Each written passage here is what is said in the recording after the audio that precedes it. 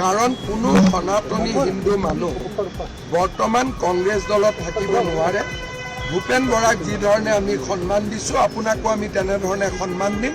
আপুনি আহি আমাৰ পাৰ্টিত যোগদান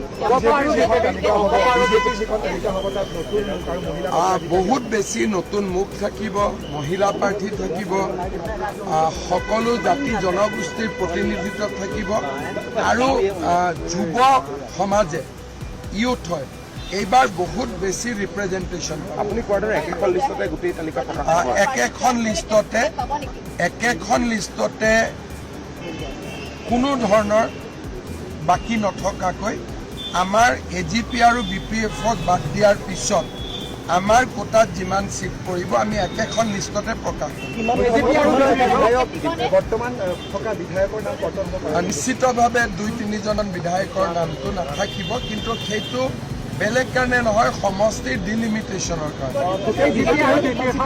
প্ৰদ্যুৎ বৰদলৈ যদি বিজেপিত আহে, নিশ্চিতভাৱে তেওঁ বিধানসভা নিৰ্বাচনত যাতে প্ৰতিদ্বন্দ্বিতা কৰিব পাৰে, এখন ডেফিনেটলি আমি ক'ৰবাত স্পেয়াৰ কৰিব পাৰিম যদি তেওঁ আহে।